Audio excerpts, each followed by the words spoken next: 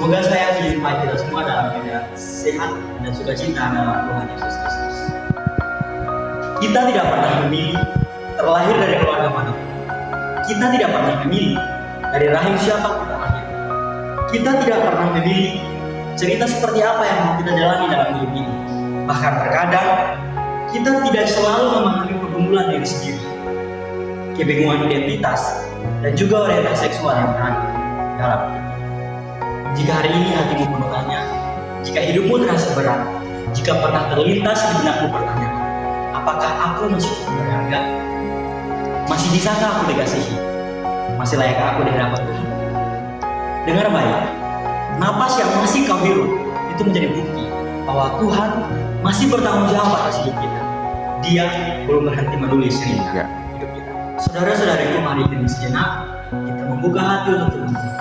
Dengarkan apa yang Allah nyatakan bagi kita dalam surat Paulus kepada jemaat di Roma pasal 8 ayat 38 sampai ayat 39. Melalui dua bagian ayat firman Tuhan yang kita renungkan hari ini, saya ibaratkan seperti surat cinta dari Bapa kepada kita setiap anak-anaknya yang mungkin kerap merasa terpinggirkan, terluka ataupun terabaikan.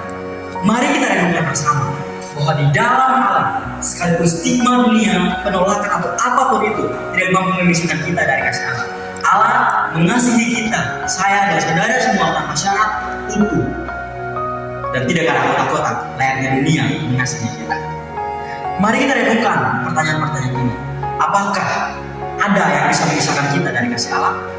Gelombang depresikah yang menenggelamkan jiwa kita? Stigma duniakah yang menolak kita? Atau mungkin label-label yang sering dunia kasih kepada kita? Mari kita renungkan 4 poin berikut. Pertama, keyakinan yang berakar di dalam Allah. Rasul Paulus menulis ayat ini bukan dari hidup yang tenang. Yang menulis ayat ini dari dalam penjara. Di balik jeruji besi itu Paulus bilang, aku yakin, bukan karena hidupnya mudah, tetapi Paulus kenal dengan baik siapa Tuhan yang dia sembah itu. Dunia seringkali menilai kita dari apa yang normal, apa yang seharusnya baik. Tetapi mari kita ingat bersama, Tuhan melihat kita lebih dari itu. Tuhan selalu melihat hati kita. Identitas kita di dalam Kristus bukan ditentukan oleh dunia, tetapi oleh siapa kita di dalam Yesus. Even broken, kita tetap milik Allah yang berharga dan unik. Poin yang kedua, tidak ada kuasa yang mampu merobek kita dari kasih Allah. Paulus menyebut maut, hidup, kuasa-kuasa pemerintah masa kini dan di masa depan, tidak ada satupun yang mampu merobek kita dari kasih Allah, memisahkan kita dari kasih Allah.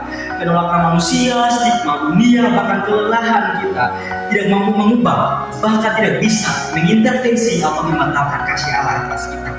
Penerimaan Tuhan atas kita jauh menjangkau pada apapun latar belakang hidup kita. Nah, poin yang ketiga, kasih Allah bagi semua orang, termasuk bagi kita yang berjuang dengan identitas dan orientasi seksual yang beragam. Kasih Allah bukan sekedar kata-kata yang indah. Kasih itu nyata di kayu salib. Melalui karya salib, Yesus masuk ke dalam kerapuhan kita manusia. Darah Yesus yang menetes di salib itu, darah itu cukup, darah itu mahal, dan tidak akan pernah menetes hingga kedua kalinya. Maka dari itu mari kasih nilai lebih kepada hidup.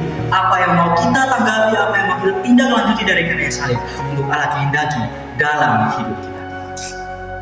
Yesus dalam cerita Alkitab tidak pernah takut terkontaminasi dengan dosa manusia. Yesus dalam cerita Alkitab mau bilang kepada kita bahwa kita tidak perlu terus takut untuk menghukum diri kita sendiri dalam rasa bersalah yang berkepanjangan. Kita tidak perlu harus menganggap diri kita dosa ataupun kesalahan yang harus diubah. Walaupun kita telah demikian adanya, ingat baik, kita adalah karya tebusan Allah. Kita berharga, kita layak bahagia, bahkan kita perlu dikasihi sama halnya dengan Allah yang tidak pernah berhenti mengasihi kita tanpa syarat. Poin yang keempat, pelukan abadi Yesus dalam memeluk dan merengkuh kerapuhan kita. Semua jaminan ini ada di dalam Kristus, bahwa Yesus tidak pernah menjauh dari keterbatasan hidup manusia. Yesus justru menyentuh mereka yang sakit dengan darahnya yang mahal di salib itu. Yesus justru menangis bersama dengan kita yang berduka hati, kita yang terluka, kita yang terpinggirkan, kita yang termarginalisasi dari masyarakat dalam konteks komunal. Kasih Yesus itu seperti matahari tidak pernah memilih siapa yang harus ia hargai. Tidak ada yang terlalu jauh yang tidak bisa kembali. Tidak ada yang terlalu kotor yang tidak bisa dibersihkan di dalam Yesus. Tidak ada sejarahnya Yesus tidak pernah mengasihi kita.